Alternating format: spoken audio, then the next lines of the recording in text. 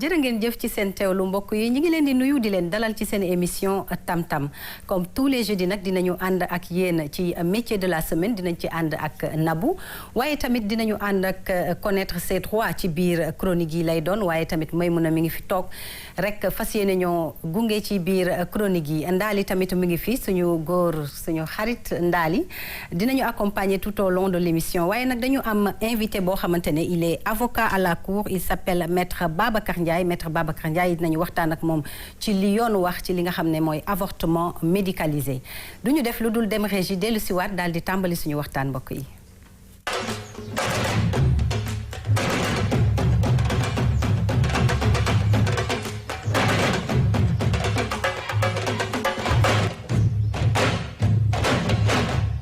ñu xam ne bisu tey bii rek la école daal di ubbi na sax ci semaine yële waaye ñu ci bari majorité bi tey la ñu jàpp yoonu école yi ñu ci encouragé bu baax le corps enseignant di leen encouragé bu baax ndax seen taxawaay seen farlu waaye tamit ñu toog nekk ci jamono boo xamante ne dañu nekk ci situation bu particulière ndax mbas maa ngi fi toujours ñu ciy bàyyi xel bu baax a baax ndax njaboot gi nag njaboot gu sew la ñu fas yéene jàpp yoonu école yi dem jàngi te bari nañu ñuy farlu rek ci geste barrière yooyu nga xam ne mooy di raxas seeni loxo di takk masque yi waaye tamit xëy na distanciation yi mënta am waaye dinañ ci veiller rek ba nga xamante ne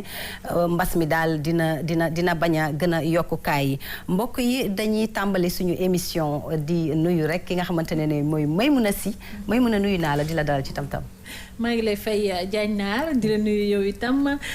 di nuyu ñi nga xam ne ñoom laa feggoo ci émission bi Seynabou Ndaali xol sedd comme ni mu koy waxee ak tamit suñu invité maître Babacar Ndiaye am mbégte bu rëy rëy nag fas yéene ànd ak téléspectateurs yi ci Tam-Tamu alxamis bi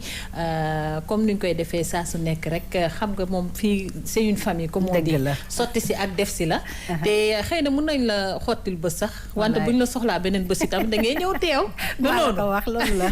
sotti ceeg def si la waaw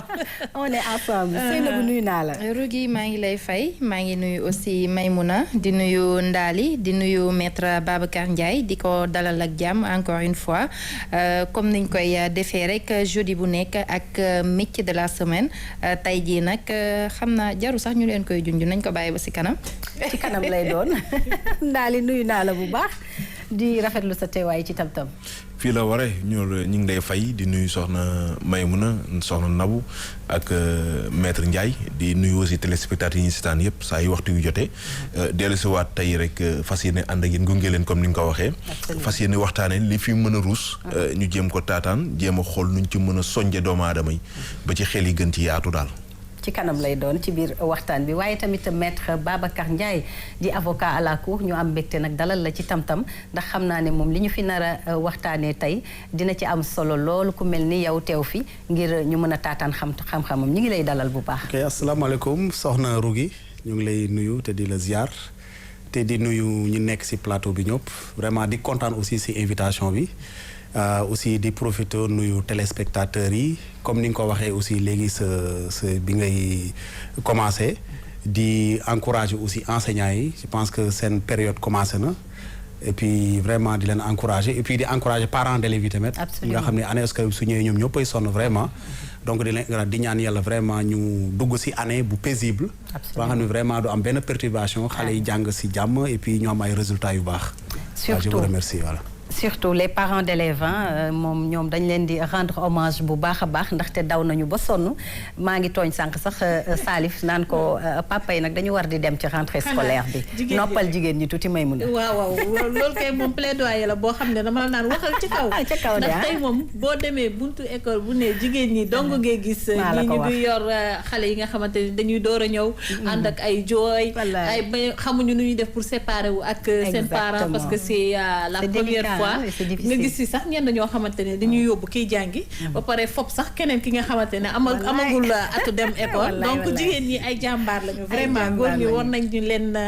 gën a taxaw gën leen delloo njukkal absolument yéen a ngi porté lu am solo de waaw yéen a ngi koy porté seen bopp ci nga jëm yow it porté ko rek bàyyi ko yéen a ngi koy porté seen bopp mais yaakaar naa ne tamit lu baax la lu am solo la góor ñi kon nañ nañ ci dugal seen loxo. ndax yéen góor yi li ñuy def dafa doon. mais c'est normal jënd fourniture bagage yi li mu àndal yëpp. loolu rek mën na coono. mais léegi nag frais d'inscription bi ba ci fourniture yi jigéen ñi ngi ciy dugal seen loxo. bàyyi ñu wax góor ñi loolu mais xam nga ne charge yi ngi déparé non bu ñu leen di jàppale ci charge yi ngeen di jàppale ñoom it ci yorin bi. wala ki war a xëy dang indil li ci kër gi naka lay mën a xëyaatee jaar école dem dem yéen waaw mais bu fekkee tamit ndaali ne booy dang jaar nii. non mais yaay moo mës a gunge. yaay mës a gunge doom. Rugi léegi ndaali. waaw ndaali bu góor jaaree nii dem dang-dangi jigéen jaar na ne dem dang-dangi bàyyiwuñu ko góor ñi kese. dëgg la li parfois sax nga gis jigéen bu dem xëy bàyyi borom këram ci biir kër gi. te du toppatoo njaboot ji de. moom mooy dellu siwaat heure pause. toppatoo wala mu toppatoo bala muy dem. d'accord mais dama ne bu ñuy wax homme avec grand âge homme avec grand âge kii liggéey moo tax ñuy wax. kii dang-dangi dem uti ñëw jox soxnaam. jéem a toppatoo ak jamono ni mu demee xam nga ouverture day tombeek fin du mois nga war def fourniture inscription dafa cher léegi yaa ngi bëgg a fay courant fay ndox bu dee da ngay fay location da nga ko ciy boole sans pour autant yeneen affaires yi nga xam ne day ñëw daal du ma ci ànd ak yow ndax lii ngay lim nii yëpp dañ koo séddoo léegi jigéen gaa ngi jël moitié salaire am wala salaire am du ko gis sax amaana ndax kër gi loo ko jox mu yokku la ko ëpp yéen toppatoo xale waaye yéen saay nag daali xola ci côté gis nga foofu yéen saay nag da ngeen di joxe ba pare jigéen bi mooy dem jëndi fourniture jëndi sac dem inscrire yokk ci nag jël ci poosam yokk ci ba pare jour ouverture mu dem non man personnellement man peut-être Seynabou laa àndal li mu wax dëgg la c'est que il faut que ñu waxante dëgg aussi c'est que Sénégal aussi jigéen ñi quand même soo seetee fii ay wax dëgg yàlla ay jàmbaar nañu soo seetee si famille yi ni mu demee nii presque da ngay gis góor ñu bari dañ doon liggéeyatuñu absolument ñi nga xam ne aussi seen liggéey demeewul noonu xam nga rek mbir mi moom lu yàlla xam doy na est-ce que vous comprenez souvent nag jigéen ñi ñoom leen li ñëw di leen jàppale di si def seen loxo voilà loolu moom kenn mënu ko dindi waaw loolu moom vraiment lu ñuy constater et puis la nga xam ne vraiment dañ ko gis tous les jours moo tax jigéen ñi vraiment wax surtout jigéenu Sénégal c'est-à-dire que jigéenu Sénégal moom c'est-à-dire que elles constituent une exception dans le monde sérieusement c'est que elles sont et puis du tey dafa yàgg nag dans notre histoire les femmes là presque ñoo yor kër yi en réalité vraiment ñoo yor kër éducation xale yi d'ailleurs c'est ça parce que jigéen dafa bëgg sac bëgg parce que dañu naan ñun dañuy suñu société dañu naan xale bi su baaxee si yaay yi la moo tax les femmes se sacrifient dañuy def lépp pour seen doom baax c'est ça moo tax yenn yi dañuy def lu ñu mën ak lu ñu mënul def bi sax c'est ça quoi dafa fànn bi dafa bari ndax li Seynabou di wax ba tey mën nañu def ci seen poche génnee ci seen poche def économiquement financièrement waaye tamit ñooy xëy fajar sang xale yi solal leen toppatoo leen ba ñu mel ni ñu war a mel jàpp ci loxo yóbbu jigéen ñi góor ñi ci sang bëriwuñu dañ leen di compter am na ay benn waaye bariwul daal te teg si liggéey jigéen dafa metti aussi si kër exactement jigéen ci kër dafa metti non c'est pas facile dafa metti liggéey jigéen dafa metti si kër parce que jaabante xam nga di wut lu neex sa jëkkër xale yi jooy fii nga war a kër gi set nga war a togg yàq xam nga loolu yëpp nga nar ko boole et puis ñu si bëree yàlla vous voyez amuñu moyen yu ñu jëlee mbindaan parfois soo demee si yenn dëkk yi parfois liggéey yëpp yaa koy def est-ce que bu ko parfois sax soo nekkee dans les centres urbains nga am yenn moyens yi mën nga jël benn domestique mu lay jàppale si liggéey bi mais parfois am na jigéen xam ne lépp ñoo koy def ba pare boole si aussi parfois même dépense beeg tout ça dañu si jàpp seen loxo soo demee dans le monde rural aussi les femmes ñoom ñooy dañuy dem tool yi di dem fépp donc vraiment Sénégal moom man je pense que jigéen ñi dañ leen war a gën a jàppale aussi dañ leen war a gën a jàppale rendre leen hommage aussi vraiment ay jàmbaar nañu macha allah su woon ñoom di lambaay dina gën a ñaaw wallaay lambaay dina gën a ñaaw dëgg rek ngeen wax ndaxte période bi balaa nga koo xam sax nga xaar ba heure wàcc jot nga sillonner les rues da ngay gis jigéen ñi ndeysaan da ngay gis ku boot téye si loxo di jéggi tali yor saag yi gàddu lépp di yóbbu njaboot gi parce que léegi comme jamono neexatul pratiquement di dugg ci kaar yi di wàcc dañuy jëli njaboot gi dañ leen di yóbbu waaye tamit dañ leen di jëli di jaajëfal tamit élèves yi bu baax a baax tax metti na surtout nag situation particulière bii ñuy dund élèves yeeg étudiants yi yëpp ñu ngi leen di sargal yéen i tamit te di leen di ñaanal une bonne année scolaire ndax yéen i tamit ay jàmbaar ngeen góorgóorlu leen rek dina baax bientôt vous verrez le bout du tunnel mën a taxawu seen i waajur taxawu seen i bopp ndax tamit day tax ngeen defar seen avenir ba mu gën a jaar yoon alors du ñu def lu dul dugg ci suñu émission rek commencé ko ak santé connaître ses droits parce que tey ñaar yëpp la ñu boole dañuy dem régie dellu siwaat daal di koy tàmbali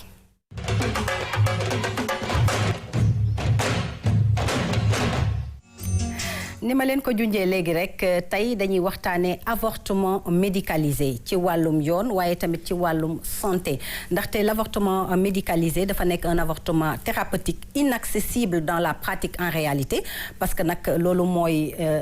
taxawal nañ ko waaye dañ koy tere ba tey ndax ba tey nanguwuñu ko. Un article du Code de déontologie médicale du Sénégal accorde aux femmes l'avortement thérapeutique si cette intervention est le seul moyen susceptible de sauvegarder la vie de la mère maanaam avortement mën nañu ko nangu ci kaw bakkanu yaay ji nga xamante ne moo ëmb du nekk ci xottu gerte. Alors cette exception nag dañ koy accompagner ak des procédures longues et coûteuse maître ndax ni ma ko waxee noonu la. waaw li nga wax dëgg la li nga effectivement li nga wax dëgg la parce que avortement question bu sensible la aussi ah. soo demee même temps yi sax soo leen di suivre actualité bi aux États-Unis Texas problème boobu ça se pose aussi. Tout à fait. donc cette question bu kii la parce que dafa nekk question maa xam ni diine da si wax. te xam nga gëm-gëm dafa fort. Exactement. ba pare droit aussi ñëw légiférer soo xoolee sax Sénégal lu ñu légiférer ci avortement presque moom la l'islam wax dafa mel na le droit positif sénégalais dafa inspiré wu ci diine l'islam parce que diine l'islam moom aussi exactement loolu dafa ni jigéen fu ñu mën a defee avortement mooy fekkee bakkanu yaay ji dafa loru. borom xam-xam yëpp soo leen dégloo loolu lañ lay wax dañu fekkee bakkanu yaay bi d'ailleurs soo seetee sax suñu code pénal dafa reprendre loolu. loolu la soo xoolee ci article 305 et suivant dafa wax loolu ba pare nag interdire avortement parce que avortement dañ ko interdire kenn autorisé wu ko exception boobu nañ ci accordé mooy yaay ji fekkee ëmb boobu da ci nar a loru mooy da ci nar a génn àdduna. Exactement. dans ce cas moom code pénal daf ko interdire catégoriquement daf ko interdire ba pare teg ci ay daan nag daan yi mooy da ci daan ay daan yu sévère d'ailleurs ay daan yu sévère je pense que peut-être waxtaan bi su gënee kii daañu mën a dugg ci dans le fond mais ci daan yi bon par exemple kii def avortement bi parce que daan yi dafa am ñaar dafa am kuy def avortement bi ak ku koy nangu ñu defal ko voilà kuy jigéen ki ku koy sàkku waaw fekkee kuy def avortement bi la daan bi dafa ni daañu la teg lu mat 2 ans ba 5 ans fekkee yow yaa def avortement mu nekk un médecin wala mu nekk un pharmacien wala mu nekk un laborantin ak ku mënti doon nga dimbale jigéen ba mu def avortement mu nangu ko ak mu bañ ko nangu moo si bokk yam. Très bien. voilà mu bañ ko nangu wala nga violente nit jël nit ki dóor ko gaañ ko ba mu am avortement par exemple nga fekk jigéen ba nga xam ne dafa war na lor ngay xeex ak moom ba avortement juddoo si loolu aussi yoon dina la daan lu mat 2 ans ba 5 ans de prison mën nga ko tëdd ba pare tegal la amende ba nga xam ne dina àgg ci 20 000 francs ba 100 000 francs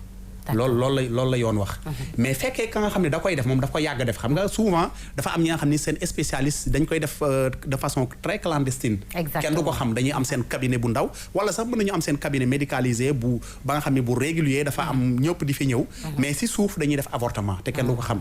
mais ñooñu yoon su leen dalee ci ñooñu lay gën a société peine sax parce que c'est des peines criminelles parce que dafa ne yoon bi kooku ñooñu suñu la jàppee ka nga xam ne daf ko tàmm def kooku loolu mooy liggéeyam te da koy def ci suuf yoon dafa ni kooku dañ ko daan lu mat 5 ans ba 10 ans de prison donc c'est des condamnations très sévères 10 ans presque c'est une peine criminelle c'est une peine infamante voilà parce que récidive waaw dañ ko yàgg def xam nga am na ñi nga xam ne aussi ñoo ngi ci dëkk bi et puis nañu waxante dëgg avortement am na fi am na ñu koy def y a des gens qui le font te dañ koy def de façon très claire duñ ko wane parce que c'est pas légalisé ñooñu nag soo demee seen suñu leen jàppee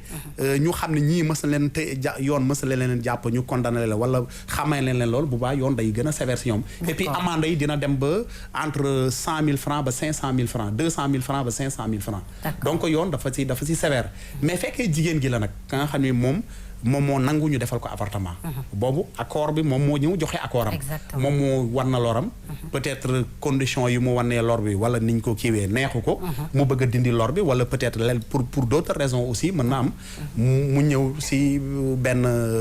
médecin wala ka nga xam ne loolu daal bëgguma sax tudd médecin parce que médecin liggéeyam du loolu mais ka nga xam ne loolu mooy liggéeyam da ciy yëngatu mu ñëw ni ko dama bëgg a avorter jigéen boobu suñ ko jàppee moom daañ ko daan 6 mois ba 2 ans de prison. D'accord. Voilà 6 mois ba 2 ans de prison amende yi je pense que dem na 50 000 francs ba 100 000 francs 20 000 francs ba 100 000 francs donc loolu daal moom mooy loolu ci code pénal bi prévoir te code pénal bi da si teg ni mooy ña nga xam ne ay pharmacien nañu ñu wala nag ay médecin wala ay stagiaire wala ay étudiant xam nga les médecins ya nga xam ne les étudiants en médecine suñu leen si jàppee ñooñu suñu leen lay condamné seen peine mënul am sursis ah oui ferme rek très bien voilà c'est-à-dire que parce que xam nga loolu tax parce que ñooñu dañoo xam en réalité exactement parce que ñoom dañoo xam loi bi xam nga soo xamee loi ku xam ak ku xamul bokkul mais mënoo xam ba pare di agir en connaissance de cause ba pare di def avortement bu boobaa yoon bi da lay daan parce que yoon dafa ni yooyu suñu la kiiwee suñu la lay condamné 2 ans ba 5 ans peine bi diggante 2 ans ba 5 ans mën nañ la tëdd 1 an wala mën nañ la tëdd 2 ans wala je ne sais pas 3 ans wala 4 ans mais sursis mënu fa am sursis mënu fa am ferme rek condamnation ferme rek la mën a doon wala fekkee da nga ko yàgg def suñu la jàppee tamit même suñu la dee tëj 10 ans sursis mënu ci am tamit donc pour vous dire que yoon dafa interdire Sénégal la loi interdit formellement strictement l'avortement si benn exception rek la ko accepté mooy jigéen ba nga xam ne vraiment médecin yi et puis te doo ñëw rek ni man sama lor bi sama avortement sama ëmb bi dama si jëlee du sa wax rek il faut que mu am une expertise wala il faut mu am expertise médecin bu xam ni kii kat grossesse bi c'est une grossesse à risque su si naree dem am na peut-être 70% moom du ci génn bu boobaa ñoom mën na la autorisation nga def avortement su cas yi amul moom vraiment loolu moom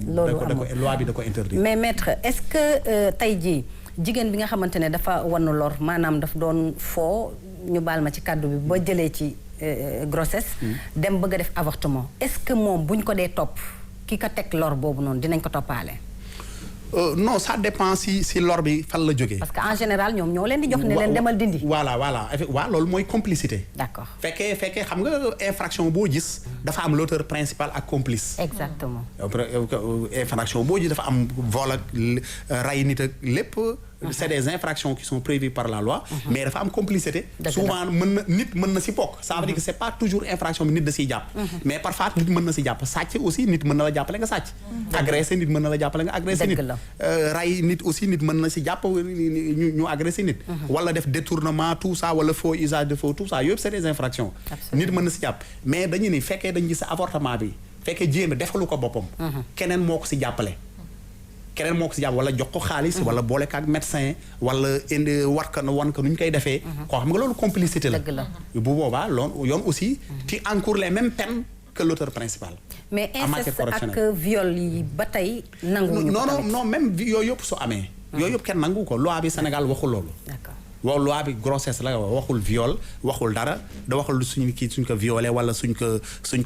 lu mu tuddee sax suñ ko inceste affaire yooyu waxul loolu loi bi dafa ni avortement dañ ko tere ak fu mu mënti jógee nag donc fu mu sosoo loolu c'est un autre débat très bien parce que fekkee lu mu tuddee sax viol la loi am na lu mu prévoir si viol et d'ailleurs sax yéen ñëpp gis ngeen 2020 xaw ma 2019 on a criminalisé le viol léegi viol c'est une infraction criminelle ku ko jàpp comme ku rey nit kuñ si jàpp comme ku rey nit nuñ ko àttee nuñ koy àttee noonu lañ lay àttee donc loolu konku beneen débat la donc mais fekkee ku jigéen ki dafa jëlee lor si viol boobaa ba pare mu def avorté donc y a 2 cas y a avortement benn à côté y a aussi de l'autre côté y a aussi le crime de viol bu boobaa aussi loolu dañ koy àtte topp kii ko ka nga xam ne moom moo ko violé ba mu jëlee si lor mais moom aussi def avortement bi aussi yoon da koy topp lu tax mu def avortement. Il y a 2 infractions voilà donc il y a 2 infractions différentes. waaw voilà. doy na waar daal. doy na waar de mais lan la xam naa jigéen ruqe na waaj wa. ruqe boo xam ne comme fu yónnu doo fa ak jamono ji. loolu de am na nag. souvent dañuy victimiser wu léegi ci naan viol ñu ci bëri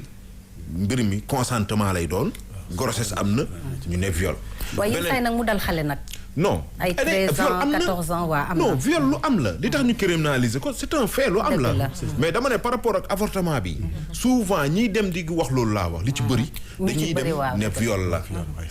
déjà duñu xam parce que xam nga Sénégal dañu ne nul n'est censé ignorer la loi. te foofu dafa am sax problème parce que buñ ko jàngale woon xëy na ci olof. ñu bëri dinañ comprendre lu ñu war a def lu ñu war a def. parce que ku jigéen kii dem toog jàkkaarloog homme de tenue wala jàkkaarloog médecin. bu assermenté. ne ko dañ maa violé. mi ngi wax lu grave te xamu ko. comprendre nga ñàkk xama tax mu koy def te gis nga jamono ji bu ñu jàppoon ñi nga xam ne ñëpp def nañ avortement mbedd bi wet. nga ni. non dëkk bi lañ nekk quoi bu dee dañuy wax réalité. léegi dafa dem dañ ko banaliser. si dem na ba léegi Sénégal jigéen bu ëmb léegi dindi ko du problème léegi da ngay dugg sax ci réseaux sociaux yi gis ñuy wax di expliquer comment avorter. dëgg la de. boo leen naanee lii exactement parce que parfois aussi mooy mun a ñuy dugg sax du ñu dem sax ci cabinet médical wala mais xoola clandestinement chez eux ñu def dara loo xam ne da koy dindi ñu toog 1 semaine 2 semaines wér doxi seen soxla. te fekk na demuñu sax ba keneen di leen xamal. waaw mais loolu nag je pense que ne risque bi gën a rëy ci débat bi nga bu mu posé woo ba tey mooy loolu. genre automédication bu mel noonu ak di loolu moom teg sa baxen si xottu gerte la. waaw mais xam nga sew-sew bi am ci li nga xamante ne mooy projet de loi bi ñuy réviser bëgg koo indi. mooy liñ ci bëgg a ñambaas bëgguma wax ñambaas sax mais liñ ci bëgg a dugal. muy par exemple ñu ne en cas de viol. wala en cas d'inceste parce que foofu la ñu bëgg a sukkandiku pour jàllale ko. te boo xoolee bu fekkente ne dem nañu ba nga xamante ne ministère de la famille dugg na ci. ñu dem gis par exemple au niveau de l'Assemblée nationale commission santé ak bi nga xamante ne mooy toppatoo lu jëm ci mbirum jigéen ñi ak wér-gu-yaram ñoo ñëpp taxaw gis nañ leen au devant de la scène. porte plaidoyer bi nga gis ñoo xamante ne à visage découvert nëbbuwuñu muy féministes yi ak ñeneen di revendiquer gis nañ ko sànq avec la complicité de la régie carrément ñuy wax le droit à l'avortement au Sénégal ça peut faire tilt léegi nag ma question bu ma bëgg laaj maître mooy est-ce que yaakaar nga ne mën naa jàppandi maanaam projet de loi bi xam nañ ne daal c'est une pilule amère à avaler comme ni ko benn quotidien titré woon semaine bi li nga wax dëgg la débat controverse la débat bu c'est puis du Sénégal rek Europe bi ngay dem nga xam dañ fa daganal IVG interruption volontaire de la grossesse c'est problème là ba léegi dañ ko forcer rek xam nga loi ñu koy porter mooy c'est le législateur te législateur genre c'est-à-dire que non c'est une majorité circonstancielle rek mën nga am majorité mais déwoon beneen majorité ñëw fa voilé est-ce que souvent aussi la législature loi bu muy porter est-ce que c'est une loi ba nga xam ne nit ñi dañ ci ànd surtout Sénégal nga xam ni dëkku diine la nit ñi dañu dafa muy gëm nga dem si diine jullit yi nga dem si diine christianisme ñoom ñëpp dañu dàq avortement soo demee États-Unis d'ailleurs loolu moo fay débat bi soo demee Texas xam nga Texas ñoom c'est des conservateurs d'ailleurs seen état dafa jël décision ni dafa interdire lu mu tudd sax interruption volontaire grossesse ba ay manifestation yu metti sax d'ailleurs am na fa mais temps yi benn juge jël na beneen décision interdire dàq décision bi état bi jëloon wax ni ku bëgg a def avortement dans certaines conditions mën nga ko def donc c'est un débat mais xam nga ñun aussi dañoo am diine l'islam ak wala ak christianisme aussi dafa am ñu si nekk yaa nga même suñu des minorités mais ñoom aussi dañoo gëm ni avortement lu seen yàlla da ko tere dans tous les livres saints révélés dans tous les livres sacrés dañu tere avortement donc moo tax li nga wax lii sànq lu dëgg bu wér la c'est une pilule amère parce que yooyu ñuy wax noonu parce que prétexte yooyu ñuy wax noonu naan ay viol ak ay inceste ak yooyu pour man ay deuxième la quoi yooyu c'est juste des prétextes rek pour faire passer la loi c'est pour passer là parce que man dama jàpp ne man si sama xalaat gis nga mbir soo ko dee saafara da nga koy saafara si ren bi les causes ngay xool da ngay xool yow inceste bi lan moo ko andi nga xeex loolu wala nga xool yow viol bi lan moo ko andi nga xeex loolu voilà il faut nga xool léegi rek sama naata nga wax na fi lu am solo aussi si affaire viol bi nga ni jigéen wax dëgg ni ko yàlla bindee physiologiquement xanaa ñu jaay ko doole ak violence wala ay kii ak yooyu mais souvent am na yenn si cas de viol yu bëri soo seetee ay c'est des à mon avis ngeen baal ma si kàddu mais kii la lay la daal lay la souvent da ngay gis ay cadre yooyu ñun ñi tribunaux dañ fiy nekk di plaider mais ñu bëri dañuy ñu leen di accuser de viol suñu ñëwee devant le juge mais dañuy rendre compte ni kii viol bi ñuy wax bi bon conditions yi n'étaient pas réunies pour que loolu am juge bi si dans son intime conscience souvent dañ mujj a bàyyi waa ji parce que du am élément bu wóor pour mu condamner ko yaa nga moo tax man bokkoon naa si nga xam dañoo dénoncer la criminalité pas le viol en tant que tel c'est un crime man je suis d'accord mais procédure bu ñu ko bëgg a def c'est-à-dire que mën nañ ko criminaliser mais ñu bañ a criminaliser la procédure xam nga en matière criminelle suñu la jàppee toujours dañu ubbi information dañ juge la lay place sous mandat de dépôt après ñu continuer def enquête yaa ngi ma mais man si sama mënoon nañ ko continuer di ko juger comme ni ñu juger flagrant délit mais tout en maintenant les peines alourdissant les peines c'est que yokk peine bi mais suñu la jàppee pour viol dañ lay àtte tey mais suñu jàppee ni def enquête ba juge bi juge la moo am ay preuve leer na yow yaa def viol bi ñu condamné la 20 ans de prison man juge man ça ne me dérange pas. mais procédure bi c'est-à-dire que dañu nar a gis jël ay nit ñi nga xam ne defuñu dara. tëj leen pendant 2 ans de détention préventive wala 3 ans génn xam ne defuñu dara après ñu bàyyi ko donc loolu c'est un mal aussi. parce que parfois aussi maître ñu gis ay circonstances socioculturelles yoo xamante ne ni daf koy favoriser quand même le viol te tamit yooyu tamit comme wax nga ko sànq c'est les racines du mal parce que foofu lay juddoo viol yeeg inceste yi parfois foofu lay juddoo ba nga xamante ne ni xëy na je sais pas mais Rougui kii Nabou baal ma rek yéen 2021 lañ nekk de yéen xanaa yóbbu leen ni léegi yéen jigéen yi pour nga viol léegi jaratul ngay viol jigéen a fekk on est en 2021 daal na nangu ma xam nga il faut être vraiment dof wala kii pour dem sàkku jigéen par force léegi jamono ji dañu nekk jamono joo xam ne xale yi jigéen ni ñuy doxee daali dafa am ñoo xamante ne non mais noonu la demee ñooy sax ñooy violé góor yi mais daali xoolal foofu nag yana yoo xamante ne ni du forcé mais ku jigéen ñi ci boppam jigéen ci boppam viol consentement fu mu amul viol la maître du ma bàyyi ma wax lu dul loolu consentement fu mu amul viol la mais nit mën nga ko dem seeti sax nga wala ñu naan prétexte yi ñuy wax diw sol na lii mais mën nga def yooyu yëpp dem fekki góor sax te mën na bañ a àgg si yow non yu yëngalatul góor am na fi nag am na ay pervers yoo xam ne loolu ñu baal ma ci kàddu pour kiiwu viol bi ndax viol conjugal sax yaakaar naa ne am na te bu ñuy appesanté wu trop ci viol dañuy xaw a génn ci sunu beneen débat la donc pour wax ci avortement yaakaar naa ne buñ koy xeex nañ ko commencé ci conséquences yi nga xam ne moom lay andi conséquences yi nga xam ne moom lay jural ki nga xam ne mu ngi koy def ndax am na ñu koy defee ci wàllu traditionnel ndax bari na fi comme niñ koy waxee ci chaîne yu bari réseau internet bi ñu ngi ciy wax ay reen yu ci bari ñu koy def ay mélange et xale yi dañ koy def ñu ngi koy def ci biti donc que loi bi jàll wala mu bañ a jàll li ko ndaali waxee rek bu ñuy jàpp ñi nga xam ne dañuy def avortement fii ci Sénégal yaakaar naa ne ñuy nekk ci biti du bari su loolu weesoo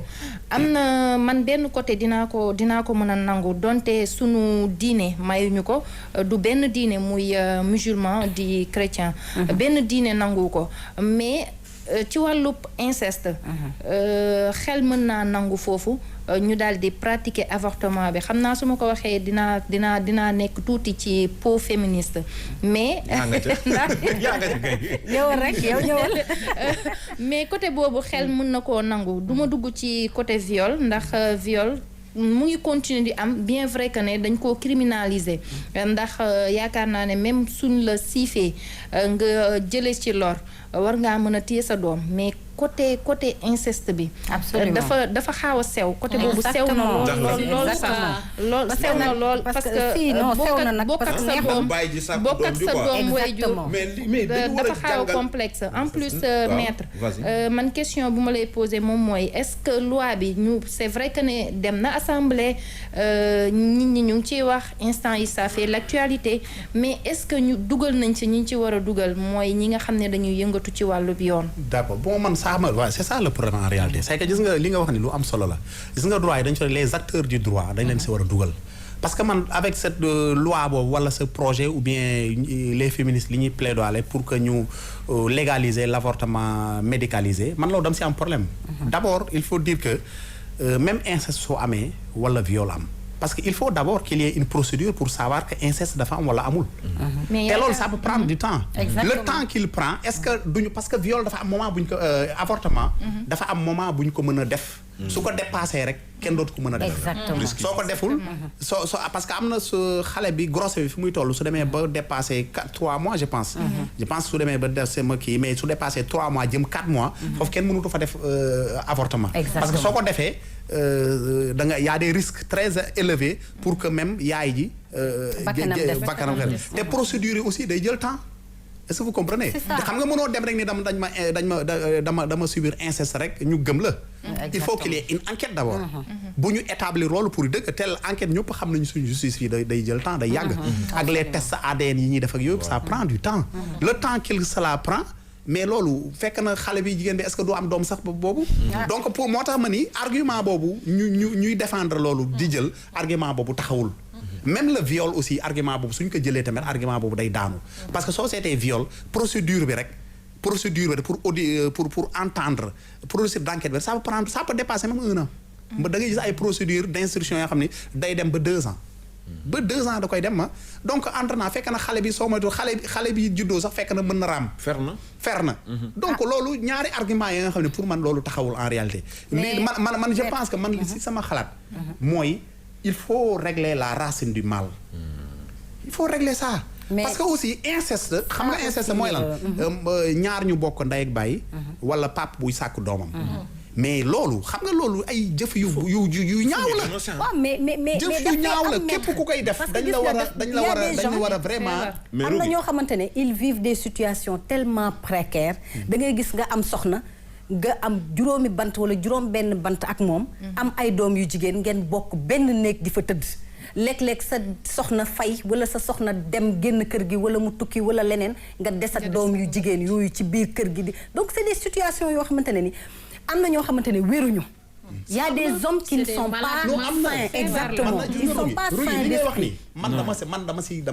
dama si vivre expérience. li ngay wax ni inceste dafa am na ay góor yuy tëddee seen ay doom. Exactement. ça existe. Exactement. et puis man c'est-à-dire que loolu man bu njëkk dama ko daan dégg. nit ñi di ko wax mais man bi ma dindee parce que ku jigéen ki moo ñëw expliquer ma en réalité. Exactement. te papa ji daf ko nangu ni da doon tëdd ay. effectivement c'est ça. finalement dañu mujj kii ku nekk dem sa yoon donc c'est des cas yoo xam da nga koy dund en réalité. donc pour dire que loolu mais loolu nag il faut combattre la rab pour man ñu kuy def loolu sérieusement tu es un malade. et puis un malade dañ ko war a génne société bi ñu dem faji ko. ba mu wér pour man c'est la solution. mais dañu am société boo xam ne tabu bi ñu kase. voilà c'est ça dañu am société boo xam ne ñun comme ni Nabou di wax noonu inceste bi ngay wax noonu c'est vrai nit ki bëggul tey waajuram sàkk ko mu jur doom boobu xam ne waajuram ko sàkk dafa garaaw mais dañu am mais il faut que nag suñ société bi ñu éveillé wu ci benn côté gis nga dénoncer dafay lu war parce que munu yaaya ngi ci kër baayam di sàkku doomam bi mu bokk jur mu di ko noppaale wala ñu ne dañ ko porté plainte ñu ne déet yóbbu sa bàyyi police dafa garaaw ak gis nga idée yooyu tant que bàyyiwuñ ko yenn problème mënuñu ko régler ndaa li ma wax la am na yoo xamante ne sax daf balaa muy egg ci inceste bi en tant que tel l'acte même am na fu muy commencer. waaw ñu koy gis di ci teg seen bët di xam ne bokk néeg bi du yoon di xam ne papa ji am na nu mu wéetoog njaboot gi du yoon di xam ne xale bi mi ngi wax yenn yi di ko junju yaay ji ñu naan ko noppi lak lu tax ngay wax li yëg sama papa daf may def li yëg wala di bañ papa ji parce que y a des comportements yoo xamante ne xale bu ko dee def da ngay xam ne kii y a un souci parce que xale nag nu ñu koy waxee du fen ñu baal ma ci kàddu bi donc am na yoo xamante ne bu ko waxee wala mu am yenn comportement yi da ngay xam ne kii nekkatul à l'aise ak parent tel que ce soit la maman ou bien le papa exactement donc na njaboot yi farlu am seetlu ci seen doom ba pare di gëm xale yi nañu bañ di xale day wax rek ñu daal di dindi wax ci làmmiñ parce que man sa papa bu ko yóbbu sa yaay diw famille bi te ñuy cëppeel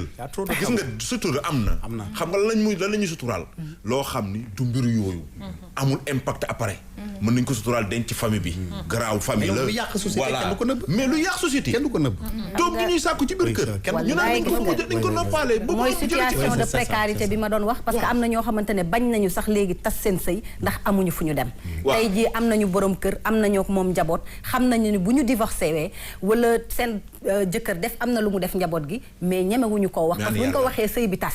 te du mujj fenn parce que xamuñu yoon xamuñu ne sax bu ñu demee ci yoon jëkkër ji dina am problème wala tax am na ñu am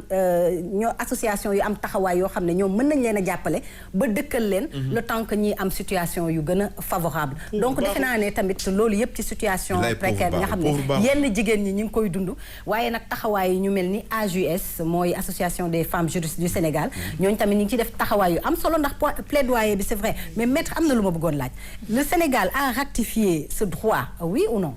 ratifier le droit sur quel sur l'avortement médicalisé. non c'est-à-dire que loolu moom mënuma ko ñoom dañuy le protocole de Maputo nañuy évoqué. xam nga le protocole ça a été évoqué. ça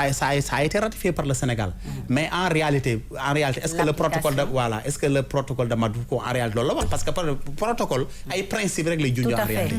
ay principe te principe yi c'est d'ordre général nit ki mën nga ko nag. interpréter selon yow ni nga ko bëggee mais ces principes là. mais da ngay xool est-ce que ces principes là sont d'application directe ou pas. Exactement. Est-ce que mën nañu ko appliquer directement wala mënuñu ko appliquer directement fekkee mënuñu ko appliquer il faut que ñu voter benn loi bu ko appliquer. mais cette loi là xam nga lu ñuy wax la loi est la manifestation de la volonté populaire. mais article 14 protocole Maputo bi ñu ciy wax nag ñun di ko cité tout waaw moom la rek. non le protocole a été ratifié depuis 1981 si je ne me trompe pas. L'interdiction demeure avec le code pénal. D'autres lois et règlements l'interdisent. Alors gis nga donc contrairement aux engagements internationaux que le Sénégal a eu à prendre. effectivement ñoom si loolu la ñuy sukkandiku mais dañuy xam ni un traité parfois un traité du traité yëpp nañuy appliquer de façon directe. parce que traité aussi dañ koy adapter avec les réalités locales aussi. tout à fait est-ce que vous comprenez par exemple dama lay jox benn exemple rek. par exemple affaire homosexuel góor jigéen ak yooyu ñu ngi fii. yaa ngi ko xam nga loolu c'est des góor yi c'est ONU. wala société dans les chats dañu ni nañu jox nit ñi seen liberté de développer librement leur personnalité xam nga loolu c'est dans toutes les conventions mais am na dëkk ya nga xam ni yoolu bokkul ak seen culture ak bokkul ak seen gëm-gëm c'est ça le problème et puis d'ailleurs nit ñi sànq dama si wax benn wax bu am solo loi dama si méfier wu toujours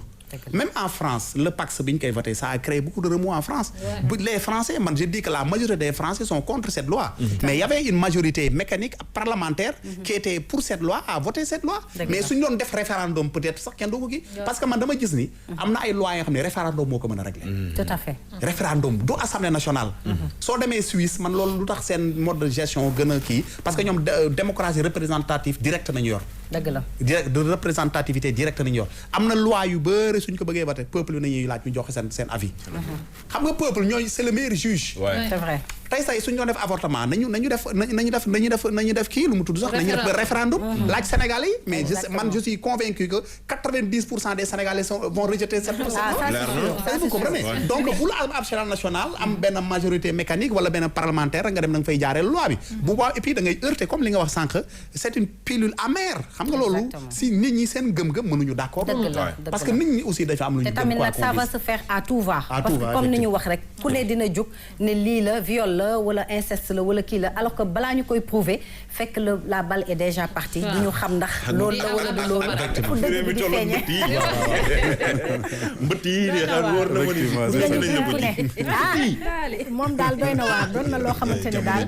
vraiment c'est à revoir xam nga dëkk boo xam ni dafa nekk tarixa ñu bàyyi xel xale yi nga xamante ne vraiment ñoom peut-être neex nañoo gëm côté inceste ak côté viol ndax am na xale yoo xam ne ñu ngi leen di sàkku ñu ngi leen di sàkku ci koñ yi ñu ngi leen di sàkku ci kër yi ñu ngi leen di sàkku ci école yi ñu ngi leen di sàkku fu bari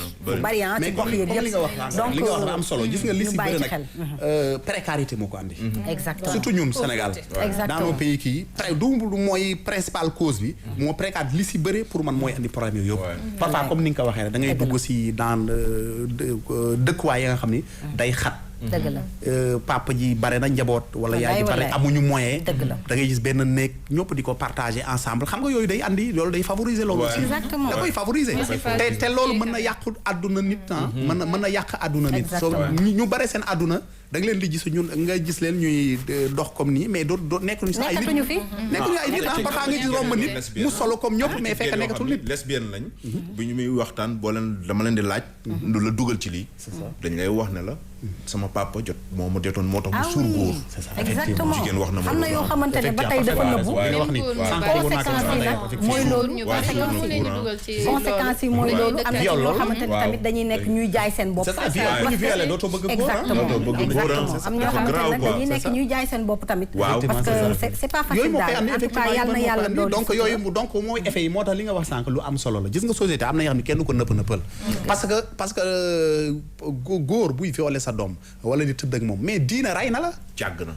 non nañu wax ne dëgg suñu diine bu ñu gëm mais ray na la bu yàgg kon donc foofu ban sutura ma tegal diine moo la ray gay kooku kenn waratu la protéger kenn waratu la protéger donc nañu xool si loolu protection bi dama yaakaar ne loolu moo andi nit ñi tey ci fi ñu nekk ndax bu fekkoon ne ñu ngi koy dénoncer à temps parce que yow mënoo dëkk ak say doom ak sa borom kër nga dem ñëw tout le temps sa borom kër wala seen mag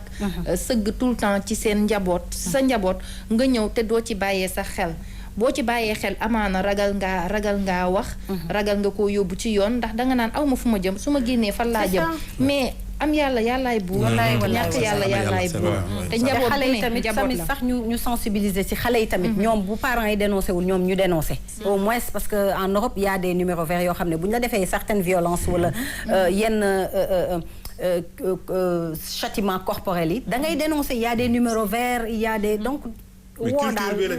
exactement mais il faut qu'on l'ait xam naa da ngay jeexal même s'il y a eu des initiatives tamit au Sénégal ak ay revues yoo xamante ne defoon nañ ko pour xale yi tonton saay ak avec des psychologues comme Serigne Mor Mbaye ak yooyu di jàngal xale yi très tôt à bas âge bu leen nit woowee tonton bi ñëw di la jox tàngal wala lii wala laa nan nga war a réagir les bons réflexes ak yooyu donc je pense que ne loolu la ñu war a gën a cultiver ak tamit surtout comme ni ko maître waxee ndóol daal baaxul. ndax buntu la boo xam ne moom prof ndol la pour lépp yu ci bari moo koy ma jeexal si loolu rek c'est-à-dire que mooy c'est-à-dire que man loolu laay wax souvent damay waxtaan ak sama des amis nga xam ne c'est des féministes yooyu nañu yëngatu loolu la man li yéen seen combat bi ngeen wëgg na njëkk a xeex mooy fexe leen ba femmes yi génn si précarité autonome précarité gis nga jigéen ñi suñu demoon ba mënal seen bopp rek génn si yenn jafe-jafe yi ñu man pour man foofu combat bi foofu la nekk gis nga combat bi su nekkoon problème yu bëre dina dem quoi mais malheureusement jigéen ñi ndeysaan ñu si bëre jàng seen jàng jigéen ñi yàq biir yooyu moo tax ñu leen di tëj. effectivement c'est ça. ray jur ba pare dem ray doom bi moo tax ñu leen di tëj. parce qu'il y a 19% de la population féminine ñuy incarcérée. effectivement c'est ça. am na solo vraiment bu ñu fi doon toog tey du ñu jeexal li nga xamante ne rek mooy situation bi waaye lu ci mën di am rek di ñaanal ñëpp ñu nekk ci jàmm ba nga xamante ne rek fee yu mel noonu dinañ ko fi gëj a gis lu ñu def lu dul dem régie jëli suñu bàkk dellusiwaat tàmbali métier de la semaine.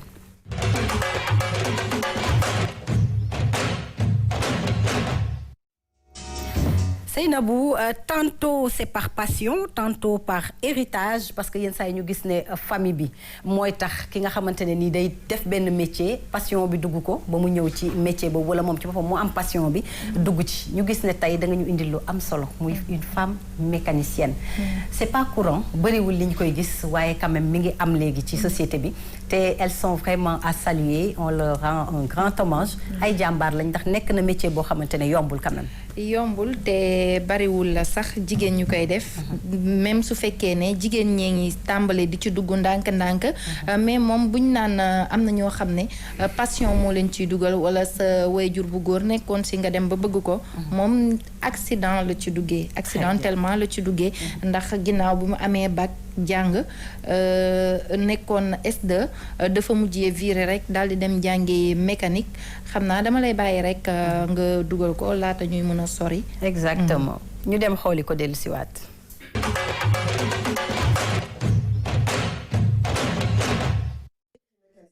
naa ne peut-être sama destin la yàlla moom ci boole parce que man wax dëgg yàlla enseignement général laa nekkoon ba ma amee bac S2 nag dem université. dem naa fa ba licence 2 en sciences éco si laa laaj def ay information si lañ ma indiqué école tudd CNQP nekk Bel Air ne ma affaire mécanique tout ce qui est technique lay jàngale. bon je savais pas parce que enseignement général tu n'es pas informé doo xam sax ba xam ay mécanicien am na ay formation loolu si laa dem nag dem ñoom ñu proposé ma ko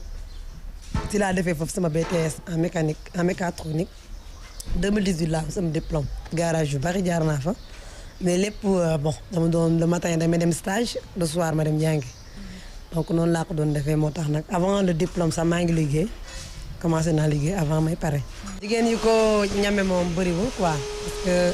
gars yi déjà buñ la gisee tu es en tenue sax dañ lay xool di la xoolaat parce que commencé gu ñu am culture bi mais vraiment métier bi moom en tant que jigéen wax dëgg yàlla man moom. neex na quoi parce que franchement aussi rëccuwuma lu ma ci duggee. metti woon na moom avant ngay yegg si fii quoi avant ngay dem bay nekk ay ba nga nekk aussi ay employé parce que j'étais aussi au port autonome comme chef d'équipe de garage janvier bi passé laa am ni sama garage 2021 donc metti woon na aussi foofu parce que employé nga woon boobu donc mais maintenant moom vraiment sant yàlla quoi. gérer ay góor moom du ay caaxaan parce que psychologiquement ñoom dañuy def ne jigéen waruma gérer mais quand même yow yaa xool ni ngay defee ak ñoom rek boo ñëwee nga jéem a naxtaan ak ñoom ku ci bëgg a déraper nag nga wan ne ko ne carrément moom frontière bi fii la moom foog nga mel ni ñoom parce que des fois bon deret bi la rek xam nga góoru sénégalais moom bëggul jigéen di ko jiite mais yow tamit yow yaay wàcce sa bopp xam ne àdduna moom amul góor amul jigéen ñun ñëpp benn lañ mécanique moom fit moo koy def quoi parce que gars yi bu ñu gisee dafa metti de nekkul jigéen yëpp mën nga gis sañ ci dugg nii rek mais pratique bi nii du ay caaxaan du ay foo de dafa metti pour nga décourager comme ndox jafe-jafe bi mooy xale yu góor yi ñàkk fayda sonal la sonal goo xam ne moom da ngay am jëkkër sa duñ la bàyyi mais bon dama la wax rek yow yaay am sa personnalité ak sa fulla parce que milieu bii moom dafa nekk milieu bu délicat ndax ay góor rek ngay amal affaire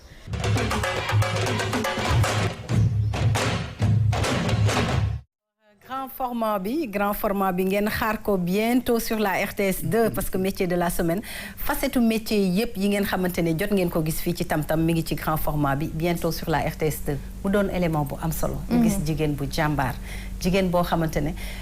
dem na ba sciences éco mu bàyyi ko fa dugg ci mécanique lan moo waral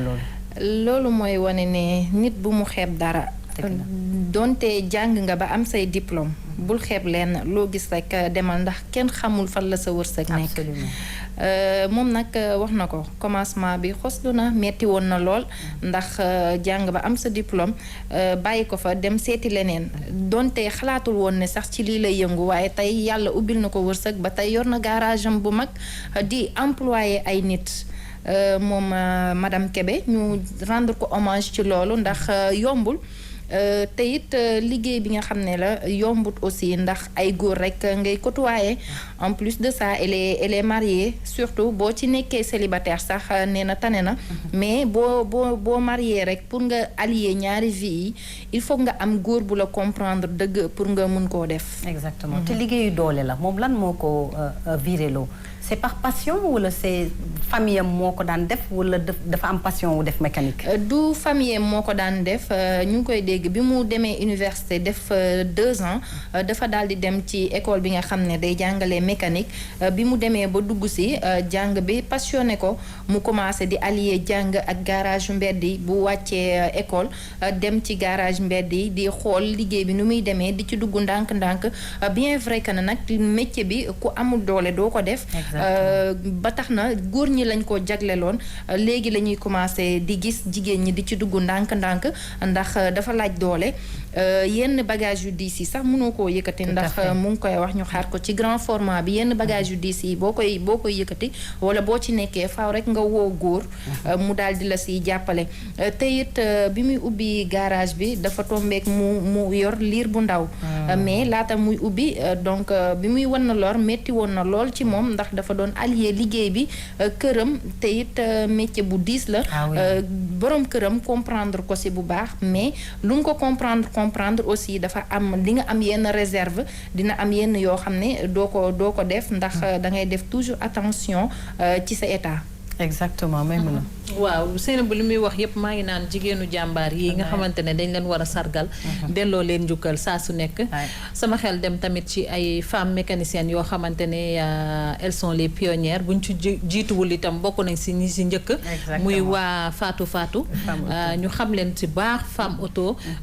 RTS 2 tamit bokk ci nga xam ne tamit njëkk nañu bokk nañ si ñu njëkk defal leen ay éléments portrait ci 8 mars bés bi nga xamante ne dañ si sargal jigéen yi donc lii day wane rek encore une fois que ni jamono ji toll nañ foo xamante ne lu góor mën rek jigéen war na kaa mën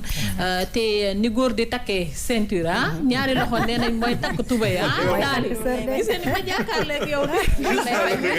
ba di ko piis nee nañ ba di ko piis xaw ma ragajo ragajo na la de loxo yooyu tamit mooy takk sër n'est-ce pas donc c'est des exemples quoi vraiment des modèles yoo xamante ne ça devrait inspirer admirer d'autant plus que ne tamit mu ngi wax ci élément bi ne chef d'entreprise la donc dimension entrepreneuriat boobu tamit dafa am solo te nit ñi dañ si war a bàyyi xel bu baax a baax parce que bu taxawalee li nga xam ne mooy garage bi rek mu ngi def création d'emploi te création d'emploi fu mu am rek croissance dina fa am développement dina fa am te Sénégal ñëpp xam nañu umpale wuñ ko mën naa si bañ a àgg sax koo gis muy liggéey ku ne am na daanaka presque fukki nit yu bootu si ginnaawam donc c'est vraiment à encourager exactement le leadership féminin moom la ñu gis fii ci taxawaay macha allah mais xam nga aussi dafay am lu muy interpeller lu jëm ci suñu système éducatif kii dem na ba bac absolument ba université bac plus 2 doogay war a mën a gis yoonam te pourtant boo demee wane na ko depuis xale exactement ñu naan ko jigéen nga waroo def lii gis nga il faut ñu teel am xoolaat suñu système bi teel di orienter xale yi ci biir formation professionnelle bàyyi tronc commun bi ñu bëgg jàngal man gis nga li ñu ma jox ci racine carré jox ma ko ci biir théorème de Pythagore waaw yooyu yëpp léegi maa ngi nii ci micro bi donc te ba ma teelee woon naa teel naa woon Manine Mori na ko ci micro bi laa bëgg a dem donc loolu passion xale dañ koy animer dundal ko teel ko orienter canaliser ko mu teel parce que fi am nañu fa ay surdoué bu ñu leen teeloo la jàng bu ñu màggee jariñ tubaab bi wala ñu def ay musiba parce que ku yàlla may yenn dons yi soo ko teelul canaliser mu def leneen kii bu ñu ko teeloon a defloo tey weesuñu étape bi keneen ak keneen ak keneen te aussi Sénégal il faut ñu am benn culture ñun ñoo dese nan jigéen du jiite wala warul def lii tey boo demee Europe wala États-Unis métier yu góor daan def yu bëri jigéen a koy def lii. maa la ko wax. gars yi xëccootuñ ko wàllum liggéey amatul mbirum sexe. exactement xam-xam la ki ko mën. compétence fa la yem léegi nag góor gu am sa matati. ba jàpp ni kii di ma jiite jigéen la waruma jiite da ngaa wérul. dëgg la. parce que weesu nañ foofu ci àdduna la xamalal la. kii jigéen la yàlla def na ci moom xam-xam nabu mooy def wërsëg wala nabu gis naa la de waaw wala mu am wërsëg goo xam ni moo ëpp sa bos donc mbirum doomu aadama la léegi amatul mbiru maître tey du ne man maa mën ci avocat yi ba benn jigéen mënu maa féete kaw tey rugi du ne man maa mën ci présentatrice yëpp ba benn ci péri loolu amul ci àdduna léegi daal xamal lu ñuy wax nañu xoolaat suñu système éducatif teel a orienté xale bi yëngu ci sport ñu defal ko sport étude xale bi yëngu ci leneen tey gis nga làmb ji mën nga ci jëlee ñu për yóbbu leen ci rugby bi tey développer rugby exactement loolu dañu war a xoolaat polyvalence boobu parce que tamit booy seet dañuy teel a opérationnel te gis nga lu may mun a wax léegi nee na koo gis muy liggéey ñu baree ngi bootu ca ginnaawam am na ñoo xamante ne ba 20 ans 25 ans 30 ans ñi ngi bootu alors que ñi ngi jàng ba tey nekk université di dem ak a ñëw mais booba bu fekkoon ba nga amee 18 ans xam nañu ne yow sa fibre am nga benn fibre artistique wala fibre professionnelle wala fibre bu mu mënti doon boo xamante ne dalay permettre à 18 ans tu es opérationnel am na liggéey boo xamante ne mën nga ko def kon tey gis nañ fi ay génie comme ni nga ko waxee léegi maître non mais li nga wax man kii ndaali waaw effectivement li nga wax lu am solo la gis nga li nga wax ne ça résume tout ce débat là gis nga malheureusement ñun duñu dañuy teel a détecter dañuy yéex a détecter suñu ay talent exactement dañuy yéex a détecter suñu talent même ba suñu footballeur yi sax parfois da ngay dem ba nekk mag sax sa talent doo ko feeñ dëgg la pourtant talent bi mi ngi woon si moom mais dañ koy ignorer dëgg la ñu bàyyi leen ñu dem ba nekk en fin de carrière sax ñu doog a fël te seen carrière soo moytu du yàgg léegi sax avec dispositif yenn école de kii léegi sax ñoo ngi centre de formation ñoo ngi teel a détecter talent xale yi alhamdulilah quoi mais loolu dafa war a dem ba si jàng bi jàng bi c'est-à-dire que ñun système d'enseignement général bi moo ñu tardel parce que da ngay jàng ay mbir yi nga xam ne am loolu benn njariñ dana lay jàngal ba jàngal la itinéraire ban café la dan naan la mujj naan yooyu ban njariñ li ñu amal mais loolu c'est pas intéressant ñun li ñu intéressé moo nañuy def ñun suñu dund yi nañuy def ba chaque jour suñu yeewoo gën ko améliorer ñu jëm kanam ñun jàng c'est que jàng dafa war a voilà lu opérationnel mais di la jàng laa xam ne soxla woo ko dan lay surchargé te boo demee ba doo ko nekk liggéey pas yow par exemple ñun suñu si université da ngay dem par exemple ba am sa maîtrise wala am sa doctorat mais dara doo ko mën a def tu n'es pas opérationnel tu ne peux rien faire soo ñëwee lépp na lay jàngalaat je pense que les gens l'ont compris commencé nañu malgré tout les pouvoirs publics léegi de plus en plus même au niveau de l'université ubbi nañu léegi ay formation professionnelle yoo xamante ne avec le bac plus 2 tu peux être opérationnel commencer liggéey boo xoolee tamit ci li nga xamante ne mooy projet lancé programme xëyu ndaw ñi aussi avec les pôles emploi normalement 46 pôles emploi moo war a am mooy ci département yi 34 yi déjà c'est opérationnel maintenant ce qui reste mooy lan ndaw ñi ñu dox dem ci pôle emploi yooyu bu ko defee ñu mën leen orienter par rapport ak li nga xam ne mooy li nga wax dëgg la mais loolu il faut que ñu gën ko vulgariser ñu ngi ci xam naa nit ñi xam ko parce que booy seet sax ni mu wax nii non man yoruma communication bi mais je suis dans ma mission les métiers de je suis dans ma mission de service public donc puisqu'on est dans un médium de service public aussi forcément il faut réguler aussi valoriser les actions de l'État exactement pour fekk si la sax les trains qui arrivent à l'heure aussi il faut que ñu leen di tudd n'est-ce pas waaw te pour dolli wala man damay jóge fii rek nee na Fatoumata Tall woo ma mais mooy yoon moom laa bëgg mu dénk la pour gën a appuyer sax si moom les métiers de l'agriculture gis ngeen ko léegi gis ngeen les métiers du pétrole ñu ngi ci l'économie numérique donc day wane ne rek nit gis nga ñu ngi yaatal fi toll dañuy fekk potentialité ñu former si nit ñi xam nga ñun si Afrique ñun fu ñu toll ñun on a beaucoup plus besoin d'ouvriers qualifiés et de techniciens soxluñu ay saa ka borom xam-xam dëgg la mais d'accord mais gis nga teg borom xam ay ingénieurs d'accord soxla nañ ko mais pour ñu li ñu gën a soxla mooy des ouvriers qualifiés avec des techniciens qualifiés ñi nga xam ne daañu mën a suqali mbay mi daañu mën a suqali artisanat bi parce que lépp lu ñuy jéggaane rek ñun mën nañ ko mais malheureusement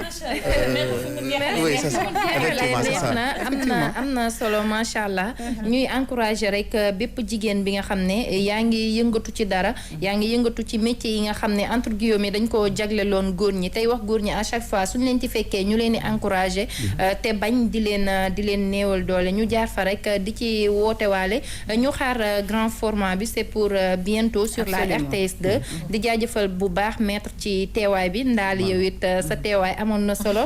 Maïmouna Rougui di joxe dig daje beneen yoon incha allah. merci Maïmouna. merci beaucoup Seynabou c'était intéressant sujet bi et puis encore une fois dafay wane rek ne métier de la semaine am na solo bu baax a baax te maître fi mu jeexalee sànq maa ngi koy wax balaa Seynabou di jël dafa am solo artisanat parce que dafa nekk benn yaa ngi ñëw ci mooy lépp artisanat benn levier la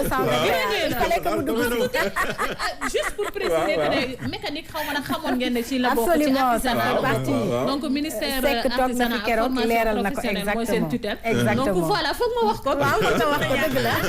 non mooy li may wax rek dama maître dafa laal kii mais en tout cas bëgg nañ jàngaat nañ fi lu bëri xamaat nañ ci wàllum yoon xam nga pàcc yi ni ñu koy déggee ak entendement bi am na solo mais dama ci wax maître aussi ñoom it buñ ci mënee bàyyi xel que ñu ne censé ignorer la loi loolu mbirum tubaab la que am na ku nekk Fongolemi am na ku nekk ginnaaw Fuuta am na ku nekk merci beaucoup dégguñu olof dégguñu français boobu olof lañ dégg mais damay remercier li nga wax mais maître merci dañoo jeexal tàkk kon baax na kon waaw aca remercier non yow kay dama lay bàyyi nga tàggatoo doon rebondir rek ma ne loi ñi ko jàng sax ñu xamuñu lépp da ngay xam lii sa morom xam la lé donc c'est ça quoi donc di terminer rek di leen remercier vraiment si invitation bi vraiment débat bi moom man dafa xaw a gàtt si man sax parce que vraiment neex na wax dëgg yàlla sérieusement c'était intéressant et puis li ñu fi wax yëpp sérieusement man jëlee naa fi jàng naa fi lu bëre quand même et puis ma lay encourager vraiment parce que genre émission yi dina dimbale ñu bëre vraiment ñu mën a daal mën a gindee ko daal alhamdulilah maa leen di remercier bu baax quoi vraiment merci beaucoup maître dañ lay jaajëfal di fàttali ne rek maître Babacar Ndiaye avocat à la cour moo fi teewoon ci li nga xam ne rek mooy avortement médicalisé waxal ñu fi nag lu am solo métier de la semaine maa ngi leen di jaajëfal yéen ñëpp di leen jox daje suba à la même heure sur la même chaîne la RTS 2 d'ici là portez-vous bien merci